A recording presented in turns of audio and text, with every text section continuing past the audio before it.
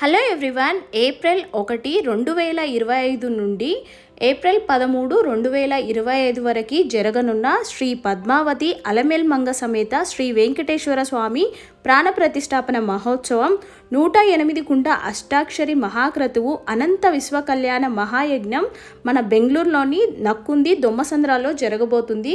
ఈ ప్రాణ ప్రతిష్టాపన మహోత్సవం గురించి కంప్లీట్ ఇన్ఫర్మేషన్ అయితే నేను ఈ వీడియోలో మీతో షేర్ చేసుకోబోతున్నాను. సో వీడియోనైతే అస్సలు స్కిప్ చేయకుండా ఎండింగ్ వరకు చూడండి. ఎన్నో ఏళ్ల క్రితం ఇలాంటి అనంత విశ్వకళ్యాణ మహాయజ్ఞం జరిపే వాళ్ళట ఇప్పుడు మన శ్రీ వెంకటేశ్వర స్వామి వారి సన్నిధిలో జరుపుతున్నారు.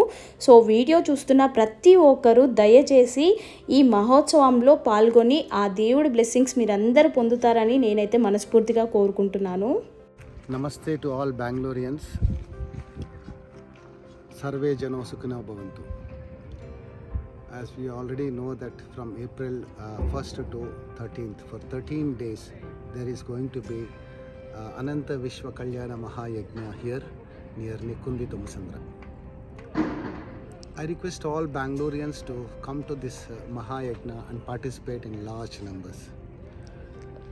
The speciality of this homam and function and Balaji Kalyanam and Pratisthapana is not only spiritual and dharmic, but also you can bring your children.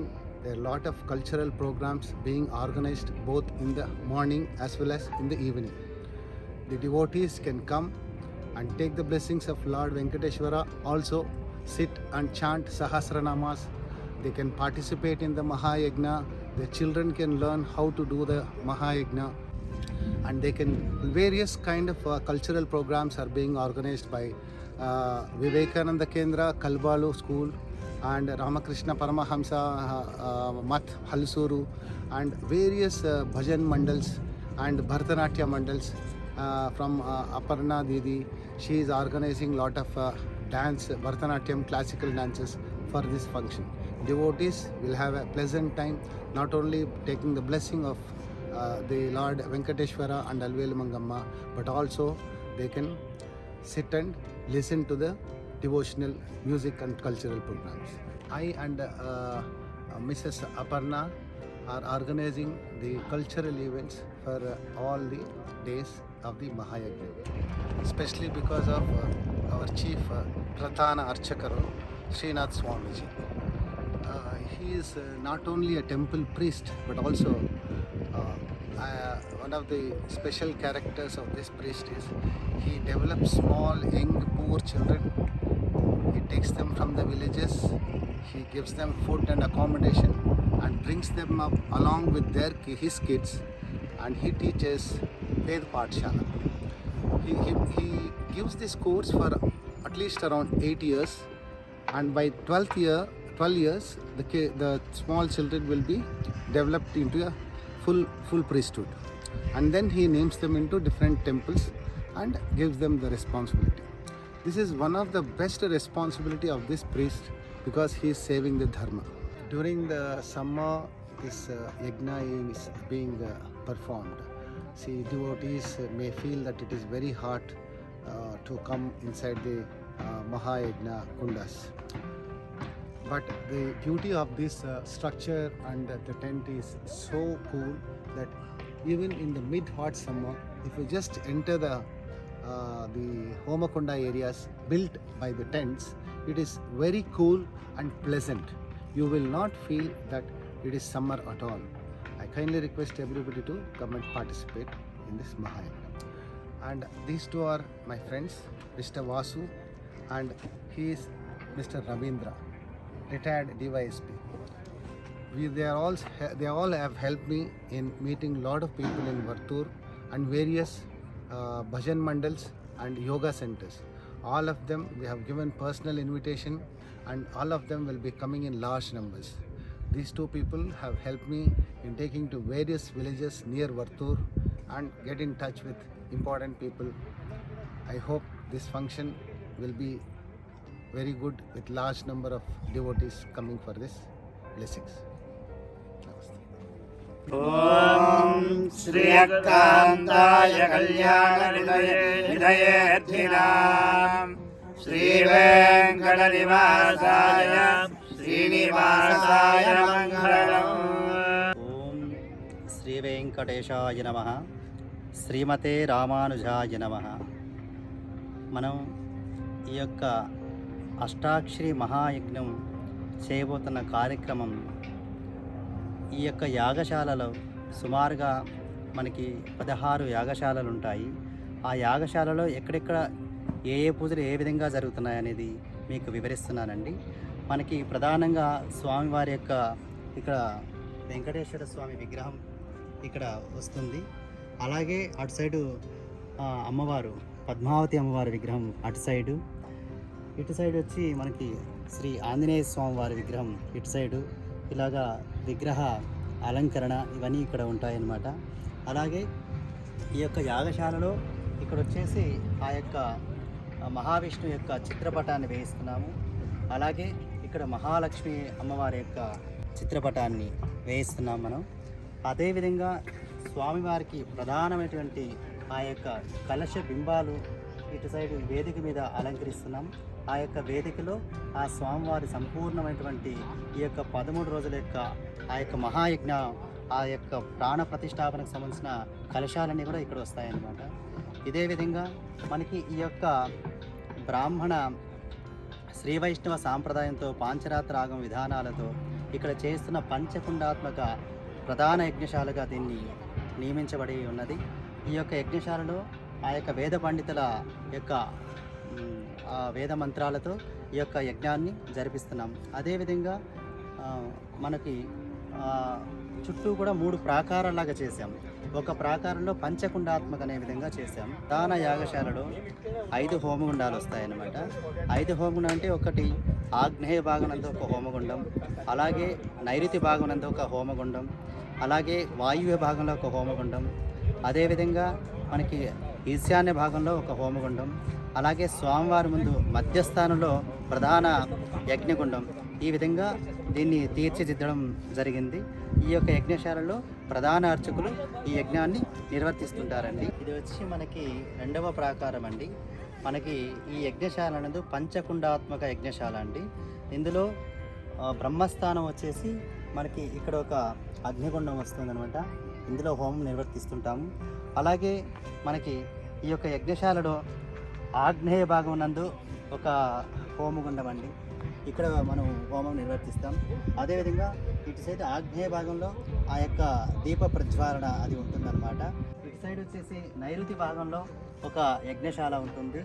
అదేవిధంగా మనకి ఇక్కడ ఒక వేదిక అండి, పశ్చిమ భాగం నందు ఒక వేదిక అన్నమాట.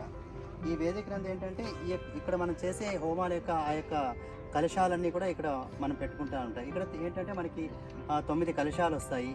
అదేవిధంగా మనకి ఇటు సైడ్ చూస్తే మనకు వాయువ్య భాగం నందు ఇటు ఒక హోమగుండం ఉంటుందన్నమాట. ఇక్కడ ఒక హోమగుండం. అదేవిధంగా మనకి ఇంకోటి ఏంటంటే ప్రతి ఒక్క యాగశాలకి కూడా 4 ద్వారాలు ఉంటాయండి. సో మనకేంటంటే ఇట్లా జయ విజయ, అలాగే భద్ర సుభద్ర, అదేవిధంగా ధాతృ విధాతృ, అదేవిధంగా చండ ప్రచండ, వీళ్ళేంటంటే మనకి ద్వారపాలకులు అనమాట. ఈ యొక్క ద్వారపాలకులకి మనకి ఏంటంటే అక్కడ కూడా ఒక్కొక్క కలశాలు వస్తుంటాయండి. అంటే ద్వార ప్రవేశం నందు కూడా వాళ్ళు ఎప్పుడు కూడా మనల్ని ఆ ద్వారపాలకులు ఏదైనా సరే ఎందుకు ద్వారపాలకులు ఉండాలి అంటే కనుక ఇక్కడ చేసే యజ్ఞంలో ఎన్నో ఆటంకాలు జరగచ్చు. ఏ ఆటంకము జరగకుండా ఒక రక్షక భటుకులలాగా వీళ్ళు ఏంటంటే ఈ ద్వారపాలకులు కాపాడుతూ ఉంటారంట. అంటే ఏ దుష్టశక్తులు లోపల వచ్చి ఏ ఆటంకాలు కలిగించకుండా అలా చేస్తూ వాళ్ళు కాపాడుతూ ఉంటారు. కాబట్టి వాళ్ళని ద్వారపాలకుల్లాగా మనం అనుకుంటాం. ఆ యొక్క ద్వారపాలకుల్ని అటు ఇటు పెడుతుంటాం అనమాట. అలాగే 4 ద్వారాల్లో ఆ ద్వారపాలకులు ఉంటారు. ఆ విధంగా దీన్ని మనం తీర్చిదిద్దడం జరిగిందండి. ఇది పంచకుండాత్మక యజ్ఞశాల అంటాం. ఇటు సైడు ఈశాన్య భాగంలో మనకు ఒక హోమగుండం వస్తుంది. దాని పక్కనే అంకురార్పణ అనేది చేస్తుంటామండి. అంకురార్పణ అంటే మనం ఆ యొక్క నవధాన్యాలతో విశ్వక్షేణారాధన మనం చేసినప్పుడు ఏంటంటే అలాగే ఆ యొక్క విశ్వక్షేణారాధన అయిన తర్వాత పుట్టమట్టి తీసుకురావడం ఇలాంటివి జరుగుతుందన్నమాట. ఆ పుట్టమట్టి తీసుకొచ్చి వాటితో అంకురార్పణ అనేది చేయబడుతుందండి. ఆ అంకురార్పణ ఏంటంటే ఆ యొక్క నవధాన్యాలు, ఆ నవధాన్యాలు అందులో వేసి వాటిని పూజించడం జరుగుతుంది. అంటే అంకుర ఆ యొక్క ధాన్యాలన్నీ కూడా ఏ విధంగా మొలకలు వచ్చి ఎంత మంచిగా వస్తాయో ఆ విధంగా మన ఆలయ అభివృద్ధి కూడా చాలా బాగా ఉంటుందని అదొక శాస్త్రం చెప్తుంది మన పాంచరాత్ర ఆగమంలో. ఈ విధంగా ఇది పంచకుండాత్మక యాగశాలగా ఇలాగా మనకి 8 కుటీరాల్లాగా యజ్ఞశాలల్లాగా వస్తాయన్నమాట. వీటన్నిటిలో కూడా మనం పంచకుండాత్మక హోమం చేయబడుతుందండి. అదేవిధంగా మీకు ఇంకొక ప్రాకారం, 3వ ప్రాకారంలో మనకి 8 యాగశాలలు వస్తున్నాయి. అందులో 8 హోమగుండాలతో యజ్ఞం జరిపిస్తున్నామండి. సో అది కూడా మీరు చూడవచ్చండి. ఇది వచ్చేసి 3వ ప్రాకారం అండి. ఈ 3వ ప్రాకారంలో ఇది అష్టకుండాత్మక యాగశాల అండి. అంటే అష్ట అంటే 8 హోమగుండాలతో ఇక్కడ మహాయజ్ఞం జరుగుతుంది. ఈ విధంగా మనకి 8 యాగశాలలు వస్తాయండి. ఒక్కొక్క యాగశాలకి 8 హోమగుండాల లెక్కన మనకి 64 హోమగుండాలు వస్తాయండి. ఆ విధంగా టోటల్గా 108 హోమగుండాలతో ఈ మహాయజ్ఞాన్ని మనం చేస్తున్నాం అన్నమాట. ఇందులో వచ్చేసి మీకు చూసుకుంటే ఇక్కడ మనకి పూర్వ భాగం నందు ఒక హోమగుండం, అదేవిధంగా ఆగ్నేయ భాగంలో ఒక హోమగుండం, అదేవిధంగా నైరుతి భాగంలో ఒక హోమగుండం, అదేవిధంగా మనకి దక్షిణ దిగ్భాగంలో ఒక హోమగుండం. సో అదేవిధంగా మనకి ఇక్కడికి వస్తే ఇది పశ్చిమ భాగంలో ఒక హోమగుండం అండి. అదేవిధంగా మనకి ఇటు సైడ్ వస్తే కనుక వాయువ్య భాగంలో ఒక హోమగుండం వస్తుంది. ఇక్కడ వచ్చేసి ఉత్తర భాగంలో ఒక హోమగుండం వస్తుందండి. ఈ విధంగా మనకి ఈశాన్య భాగంలో ఒక హోమగుండం వస్తుంది. ఈ విధంగా 8 హోమగుండాలు అండి. 8 దిక్కుల్లో 8 హోమగుండాలు. ఇక్కడ వస్తే ఏంటంటే మనకి మధ్యలో ప్రధాన వేదిక వస్తుందండి. ఇక్కడ ఈ వేదిక మీద మనకి ఆ యొక్క కలుషాలు అవన్నీ కూడా ఆవాహన చేయడం అన్నీ కూడా మధ్య భాగంలో మనం ఇక్కడ ఈ యజ్ఞశాలలో ఆవాహన చేస్తాం. అదేవిధంగా ఆగ్నేయ భాగంలో ఆ యొక్క దీప ప్రజ్వాలన ఉంటుందండి. ఇటు సైడ్ మనకి దీప ప్రజ్వాలన ఆగ్నేయ భాగం నందు. అదేవిధంగా మనకి ఈశాన్య భాగంలో అంకురార్పణ అనేది చేయబడుతుందండి. సో ఈ విధంగా ఈ యజ్ఞశాల నిర్మాణం. అదేవిధంగా ఇందులో కూడా 4 ద్వారాలు వస్తాయండి. 4 ద్వారాల్లో కూడా సేమ్ మనం ఫస్ట్ అనుకున్నట్టుగా 2వ ప్రాకారంలో ఏ విధంగా వస్తుందో అదేవిధంగా మనకి జయ విజయ, ధాతృ విధాతృ, భద్ర సుభద్ర, చండ ప్రచండలు ఈ విధంగా 4 దిక్కుల్లోనూ ఈ యొక్క అష్టదిక్పాలకులు ఆవాహన చేయడం ఇవన్నీ కూడా జరుగుతుందండి. ఈ విధంగా ఈ యొక్క మహాయజ్ఞంలో ప్రతి యాగశాలకి కూడా తప్పనిసరిగా మనం వచ్చే భక్తులందరూ చాలా ఒక మంచి మనసుతో, ఒక శుచి శుభ్రతతో, మనసా వాచా కర్మణ సంపూర్ణంగా భగవంతుడి యొక్క నామస్మరణతో మనం అందరం కూడా ఈ విశ్వమంతా బాగుండాలని, ఆ యొక్క అనంత విశ్వ కళ్యాణం అని మనం ఎందుకు అలా పేరు పెట్టామంటే విశ్వమంతా బాగుండాలి, ఆ విశ్వమంతా బాగుండడం కోసం ఇలాంటి అష్టాక్షరి మహాయజ్ఞం జరపాలని మనం చాలా మనస్ఫూర్తిగా అందరికీ ఆయుష్, ఆరోగ్యము, సుఖశాంతులు, ముక్కోటి జీవరాశులకు అన్నీ కూడా ఏ కష్టాలు రాకుండా సుభిక్షంగా ఉండాలని ఆ మనస్సంకల్పంతో ఈ కార్యాన్ని జరిపించాలని మనం ప్రార్థన చేసుకున్నాం. అదేవిధంగా ఈ రోజుటి వరకు ఎటువంటి ఆటంకాలు లేకుండా సజావుగా ఆ యొక్క కార్యక్రమాలు కావాల్సిన ఏర్పాట్లన్నీ కూడా మంచిగా జరుగుతున్నాయి. కాబట్టి అందరూ కూడా ఇక్కడ ఈ గ్రామస్తులు కానీ మనకి చుట్టుపక్కల ఉన్నటువంటి పెద్ద పెద్ద వ్యక్తులందరూ కూడా వచ్చి ఈ యొక్క యజ్ఞశాలలు ఇవన్నీ చూసి చాలా వరకు వాళ్ళు మేము ఎప్పుడూ ఇలాంటివి చూడలేదండి, చాలా సంతోషంగా ఉంది, మేము ఇక్కడ చేసుకున్న అదృష్టం మన ఈ గ్రామంలో ఇటువంటి కార్యం జరగడం అని చెప్పి చాలా సంతోషంగా వాళ్ళు చెప్పడం జరుగుతూ ఉంది. అందువల్ల ఇటువంటి కార్యక్రమాలు మనకి అప్పుడప్పుడు జరుగుతూ ఉంటే లోకం సుభిక్షంగా ఉంటుందనే ఒక అభిప్రాయంతో మా వంతు మేము భగవంతుడి సేవ కోసం చాలా వరకు ప్రయత్నాలు చేస్తున్నాం. సో మంచి ఫలితం అయితే ఉంది. ఆ భగవంతుడి ఆశీస్సులతో చాలా మంచిగా చేసుకుంటూ వెళ్తున్నాం. అలాగే అందరూ కూడా ఈ యొక్క స్వామి కార్యక్రమంలో పాల్గొని అందరూ కూడా ఆ స్వామి యొక్క సేవలో అన్ని రకాలుగా వాళ్ళకి మంచి చేకూరాలని చాలా వరకు మేము ఆ తపన పడుతూ ఈ యజ్ఞాన్ని నిర్వర్తిస్తున్నాం. కాబట్టి అందరూ కూడా దీంట్లో పాత్రలు కావాలని కోరి ప్రార్థిస్తున్నామండి. కోటి దేవతలు గోవులోనే ఉంటాయని మనం అంటాం కదండి. అంటే ఏదైనా ఒక గృహప్రవేశం చేయాలన్నా, ఏదైనా పూజలు చేయాలన్నప్పుడు మనం కంపల్సరీగా మనం ఆ గోమాత పూజ చేయాలని చెప్పి చాలా వరకు మనం ఆ గోమాతను పూజిస్తూ ఉంటాం. ఎందుకంటే ముక్కోటి దేవతలు గోవులో ఉంటాయని అంటాం కదండి. అందువలన ఆ యొక్క గోపూజ చాలా విశేషమైనది. కాబట్టి మనం ఈ యొక్క 16 యాగశాలలో ఒక్కొక్క యాగశాల దగ్గర ఒక్కొక్క గోమాతలు కూడా ఇలా మనం దేశీయ గోమాతలు అండి ఇవన్నీ కూడా. మనం ఇప్పుడు ఏంటంటే దేశీయ గోమాతలు కూడా చాలా తక్కువైపోయాయి మనకి. సో మనకి ఇక్కడ అన్ని దేశీయ గోమాతలే ఉండాలని చెప్పేసి ఆ దేశీయ గోమాతలన్నీ తెప్పించి ఇక్కడ ప్రతి ఒక్క యజ్ఞశాల దగ్గర ఒక్కొక్క గోమాత ఉండాలి అని ఆ విధంగా కూడా మనం ప్లాన్ చేసామండి. ఇలా చుట్టూ కూడా మనకి ఆ గోమాతలు అనేవి మనకు వస్తాయండి. ఇప్పుడు కూడా ఉదయాన్నే ఫస్ట్ మనకి 5:30 గంటలకి ఉదయాన మనకి సుప్రభాత సేవకు ముందు ఫస్ట్ గోపూజ చేసి సుప్రభాత సేవతో కార్యక్రమాలు స్టార్ట్ అవుతాయన్నమాట. అలాగే మధ్యాహ్నం కంటిన్యూగా మనకి ఈ యజ్ఞాలు, ఇతర భజన బృందాలు, మనకి ఈ యొక్క భరతనాట్యమని, సంగీతమని, సాహిత్యమని ఇలాంటి కార్యక్రమాలన్నీ కూడా మనం చేస్తున్నాం ఇక్కడ. ఈ కార్యక్రమాలన్నీ కూడా చాలా వైభవోపేతంగా అందరూ కూడా మేమున్నామని చాలా వరకు వాళ్ళు సహకారం ఇస్తున్నాం అన్నమాట. వీళ్ళందరూ దగ్గరికి రావడంతో ఈ కార్యం మరీ చాలా అద్భుతంగా ముందుకు వెళ్తూ ఉందండి. కాబట్టి మనందరం కూడా చాలా గొప్ప అవకాశంగా భావించుకొని ఈ యొక్క అవకాశాన్ని చాలా వరకు మనం సద్వినియోగం చేసుకోవాలని, చాలా వరకు ఈ యజ్ఞశాలలో చూసిన వెంటనే అందరికీ కూడా చాలా ఆకర్షణీయంగా కనిపిస్తుంది. చాలా వయసైన వాళ్ళందరూ కూడా సుమారుగా 80-90 సంవత్సరాల వయసైన వాళ్ళు కూడా ఇక్కడికి వచ్చి దీన్ని చూసి చాలా బాగుందండి, మేము ఎప్పుడూ చూడలేదండి, ఇంతలాగా మీరు చేస్తున్నది అని చెప్పి వాళ్ళు చెప్తుంటే మాకు చాలా సంతోషంగా ఉంది. కాకపోతే ఇటువంటి కార్యం ఏదో సంతోషానికనే కంటే కూడా అందరికీ కూడా ఆయుష్, ఆరోగ్యం చాలా ప్రధానమైనది. కాబట్టి ఆరోగ్యంగా అందరూ ఉండాలి. కాబట్టి ఈ యొక్క యజ్ఞం, అష్టాక్షరి మహాయజ్ఞం అనేది మనందరికీ కూడా మంచి ఆ యొక్క క్షేమ, స్థైర్య, ధైర్య, వీర్య, విజయ, ఉభయ ఆయుర ఆరోగ్యాలన్నీ కూడా మనకి ఆ భగవంతుడు ఇవ్వాలని చెప్పి ఈ యొక్క కార్యక్రమాన్ని మనం జరిపిస్తున్నామండి. కాబట్టి మన గోశాలలో ఇక్కడ కోలార్ దగ్గర ఒక గోశాల ఉందండి. ఆ గోశాల నుండి మన గోవులన్నీ వచ్చాయన్నమాట. ఈ గోమాతలన్నీ కూడా ప్రతిరోజు కూడా గోపూజతో కార్యక్రమం స్టార్ట్ అవుతుంది. అలాగే రాత్రి 10 గంటల వరకు నిత్య కార్యక్రమాలు జరుగుతూనే ఉంటాయండి. సో మీరందరూ కూడా భక్త మహాశయులందరూ కూడా ఈ కార్యక్రమంలో పాల్గొని మీరు కూడా ఆ భగవంతుని కృపా కటాక్షానికి పాత్రులు కావాలని కోరి ప్రార్థిస్తున్నామండి. జై శ్రీమన్నారాయణ. श्रीमन्नारायण। सब लोग नमस्कार है। कहना इधर बेंगलुरु का पास में नक्कुंदी ग्राम, फिर बाद में सज्जापुरा होबली, आनेकल तालुका, ये वर्तुर का पास में है एक ग्राम। उधर भगवान बालाजी भगवान का प्रतिष्ठापन उद्घाटन कर रहा है। उधर कुंभाभिषेक भी करता है। ये अप्रैल 1 तारीख शाम को से फिर बाद में 13 तारीख शाम को तक सब पूजा रहेगा। इधर गया ना अष्टाक्षरी हवन होम करता है। ये करने के लिए क्या है ना, आरोग्य के लिए, हम लोग मनस शांति के लिए सब करने वाला है। ये पंडित जी सब, श्रीनाथ पंडित जी सब संकल्प करके 1 साल से ये सब प्रार्थना लेके अभी ये स्टार्ट करने वाला है।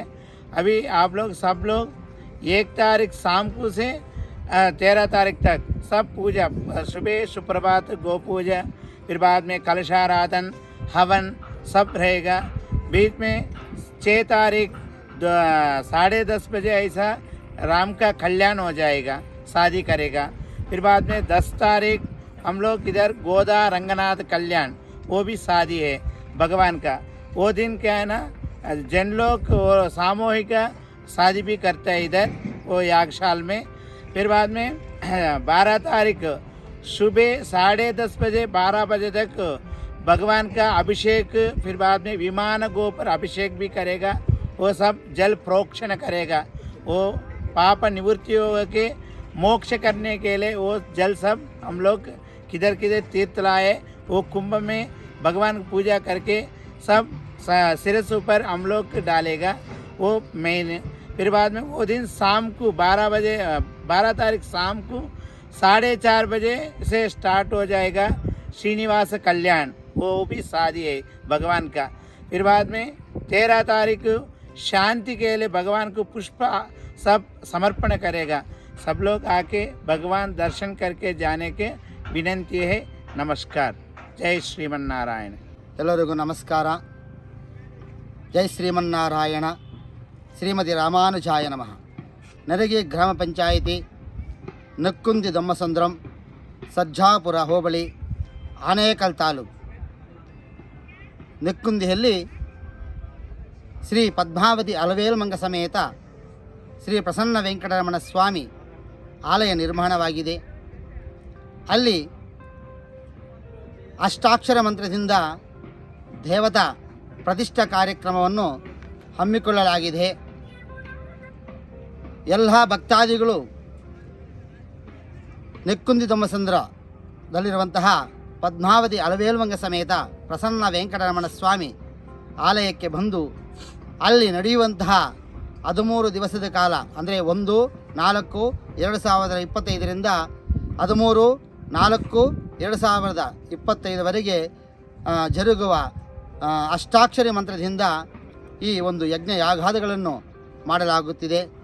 ಸಮಸ್ತ ಜನತೆಗೆ ವಿಶ್ವ ಕಲ್ಯಾಣಕ್ಕಾಗಿ ಈ ಒಂದು ಮಹಾಯಜ್ಞವನ್ನು ಹಮ್ಮಿಕೊಳ್ಳಲಾಗಿದೆ. ಹಾಗಾಗಿ ಭಕ್ತಾದಿಗಳೆಲ್ಲರೂ ಕೂಡ ಸಕಾಲಕ್ಕೆ ಆಗಮಿಸಿ ತನು ಮನ ಧನ ಸಮೇತವಾಗಿ ಭಗವಂತನ ಕೃಪೆಗೆ ಪಾತ್ರರಾಗಿ ತೀರ್ಥ ಪ್ರಸಾದವನ್ನು ಸ್ವೀಕರಿಸಿ ಅವರ ಜನ್ಮವನ್ನು ಧನ್ಯ ಮಾಡಬೇಕಂಥೇಳಿ ನಾವು ವಿನಂತಿ ಮಾಡ್ಕೊತಾ ಇದ್ದೀವಿ. ಎಲ್ಲ ಭಕ್ತಾದಿಗಳು ಕೂಡ 1/4/2025ರಿಂದ 13/4/2025ವರೆಗೆ ನಡೆಯುವ ಈ ಒಂದು ಮಹಾಯಜ್ಞಕ್ಕೆ ಎಲ್ಲರೂ ಸಹಕಾರ ಕೂಡ ಇರಬೇಕು. ಅದೇ ರೀತಿ ಇಲ್ಲಿ ನಮಗೆ ಈ ಒಂದು ಮಹಾ ಕಾರ್ಯವನ್ನು ನಡೆಸುವುದಕ್ಕೆ ನಮ್ಮ ನಕ್ಕುಂದಿ ಗ್ರಾಮದಲ್ಲಿರುವಂತಹ ಅಶೋಕ್ ಅವರು ಮತ್ತು ಈ ಗ್ರಾಮದಲ್ಲಿರುವಂತಹ ಮುಖಂಡರು ಎಲ್ಲರೂ ಕೂಡ ನಮಗೆ ಸಹಾಯ ಸಹಕಾರಗಳಿಂದ ಈ ಒಂದು ಯಜ್ಞವನ್ನು ನಾವು ನಿರ್ವಿಘ್ನವಾಗಿ ನಡೆಸಬೇಕಂತ ಹೇಳಿ ನಾವು ಪ್ರಯತ್ನ ಮಾಡ್ತಾ ಇದ್ದೀವಿ. ಎಲ್ಲರೂ ಕೂಡ ಇದಕ್ಕೆ ಸಹಕಾರ ಕೊಡಬೇಕಂತೇಳಿ ಪ್ರಜೆಗಳಲ್ಲಿ ವಿನಂತಿ. ನಮಸ್ಕಾರ. శ్రీ గురుభ్యో నమః. హరి ఓం నమో వెంకటేశాయ.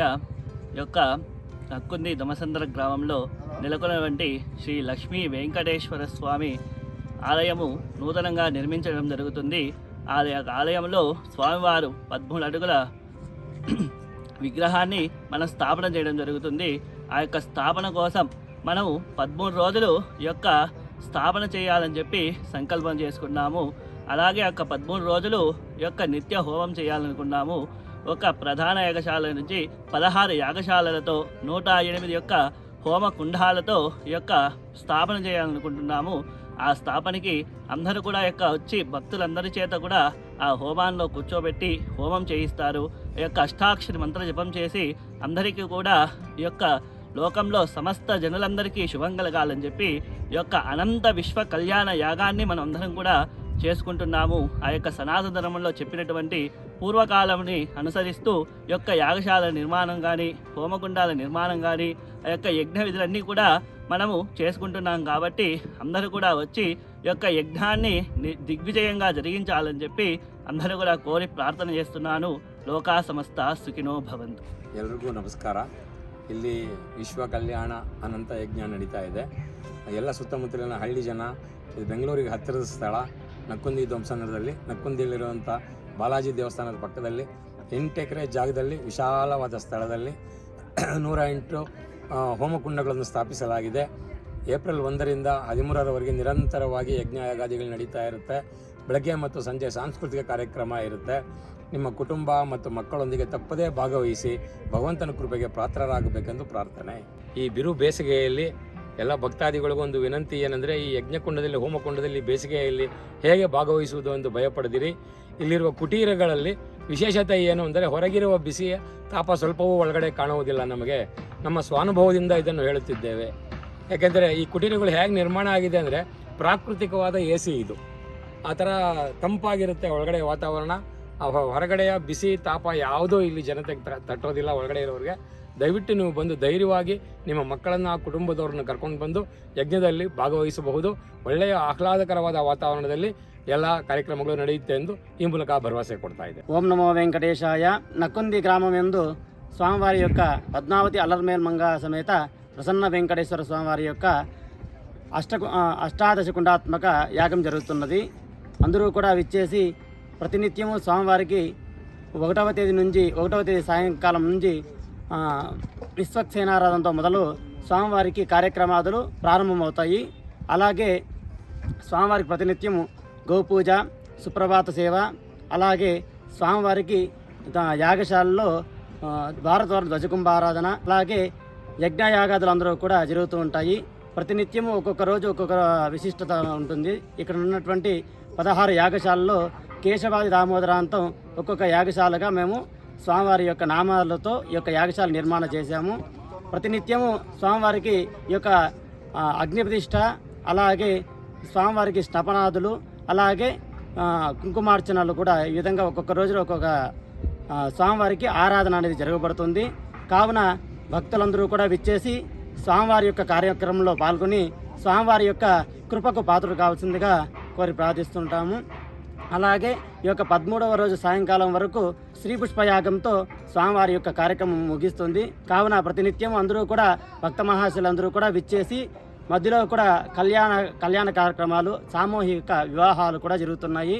కూడా ఎవరైనా మన ఆసక్తి గల వాళ్ళు అందరూ కూడా విచ్చేసి స్వామివారి యొక్క కార్యక్రమంలో పాల్గొల్సిందిగా కోరి ప్రార్థిస్తున్నాం. జై శ్రీమన్నారాయణ. ఏప్రిల్ 1 నుంచి 13 వరకు ప్రతిష్టాపనలు ఉంటాయి. అందరూ వచ్చి శ్రీవారిని వినియోగం చేసుకొని శ్రీ మహామంగళారతులు తీర్థప్రసాదం వినియోగం చేసుకొని నృత్యము ఉంటాయి. అందరూ దాన్ని సంతోషంగా చూసి అందరూ సహకరించి శ్రీ శ్రీ శ్రీ తిరుమలరాయ స్వామిని వినియోగం చేసుకోవాలని కోరుకుంటున్నాం. జై శ్రీమన్నారాయణ. జంబు ఎలిఫెంట్ గ్రాస్ కాదు జంబు అంటారు. లేదు మేడం, దీనికి ఇంకా ఒక స్పెషాలిటీ చెప్తాను. దీనికి స్ప్రే చేసినారు అనుకోండి, లోపల ఇంకా ఫస్ట్ తెప్పించి ఇది ఎలా ఉంటుంది ఏంటి, ఎందుకంటే హోమం చేసినప్పుడు ఆ పొగ బయట క్లీన్గా వెళ్ళాలి, దానికి గ్యాప్స్ ఉండాలి. అదేవిధంగా మనకి ఈ యాగశాల నిర్మాణంలో చూడటానికి చాలా ముచ్చటగా కనిపించాలి. సేమ్ టైం మనకి ఏంటంటే 100 years బ్యాక్ ఏ విధంగా చేసేవాళ్ళు, అప్పుడంతా కూడా మనకి ఇప్పుడు మన రాముడి కళ్యాణం ఇలాంటి కొన్ని చూసేటప్పుడు వాళ్ళు చూడండి, కొన్ని వాళ్ళ యొక్క హిస్టరీలో చూస్తుంటే ఆ పర్ణశాల ఇవన్నీ కూడా మనం చూస్తుంటాం. ఎక్కడైనా సరే చిత్రపటాల్లో ఏదో పాత సినిమాల్లోనే ఇలా ఋషులు మునులు ఇలా వాళ్ళు చేసేవాళ్ళండి. అప్పుడు రోజు కూడా నిత్యజ్ఞాలు వాళ్ళు చేసేది లోకక్షేమార్థం చేసేవాళ్ళు. వాళ్ళకి వేరే అవసరం లేదు. ఎందుకు లేదు అవసరం అంటే ప్రతి ఒక్కటి ఇప్పుడు మన గ్రామంలో మనం ఏదైనా ఒక పంటను కానీ ఏదైనా పండిస్తే ఫస్ట్ బ్రాహ్మణుడు కానీ ఒక భాగం పెట్టేవారు. ఇలా ఉండేది ఆ కాలంలో. అప్పుడు బ్రాహ్మణుడికి వేరే కోరిక ఉండేది కాదు, అన్నీ వాళ్ళ దగ్గరికి వచ్చేవి. ఇప్పుడు ఏంటంటే అలాంటివన్నీ తరిగిపోయాయి, అలాంటి శాస్త్రాలు సాంప్రదాయాలు పోయాయి. కాబట్టి ఇప్పుడు వాళ్ళు కూడా ఏంటంటే జీవనాధారం వెతుక్కుంటూ ఇప్పుడు ఈ సనాతన ధర్మం నిలబడాలంటే బ్రాహ్మణుడు అనేవాడు చాలా స్ట్రాంగ్గా ఉండాలి. బ్రాహ్మణుడు ఈ వేద విధిని బాగా ఆపోచన పడితే కానీ ఆ యొక్క విద్య ముందుకు వెళ్ళదు. అది ముందుకు వెళ్తేనే ఇలాంటివన్నీ కూడా మనకు కనిపిస్తాయి. సనాతన ధర్మం నిలబడాలంటే మంచి and they never ask for any wealth, they don't ask for property, their only knowledge. So the knowledge was centered there, and the kings used to listen to the Brahmins because they give such good advice. So they are not interested in materialistic things. So that is how the kingdom used to run so well. ధర్మ 4 పాదాల్లో కాపాడుతూ వచ్చేటప్పుడు శ్రీ వెంకటేశ్వర స్వామి ప్రాణప్రతిష్ఠాపన మహోత్సవంలో మీరు కూడా పాల్గొంటారని మనస్ఫూర్తిగా కోరుకుంటున్నాను. చాలా మంచి సంస్కారం పిల్లలకి ఇదే కావాల్సింది. లేకుండా ఉండేది కూడా అదే, ఎక్కువ దీనికి లేకుండా ఉండేది కూడా అదే.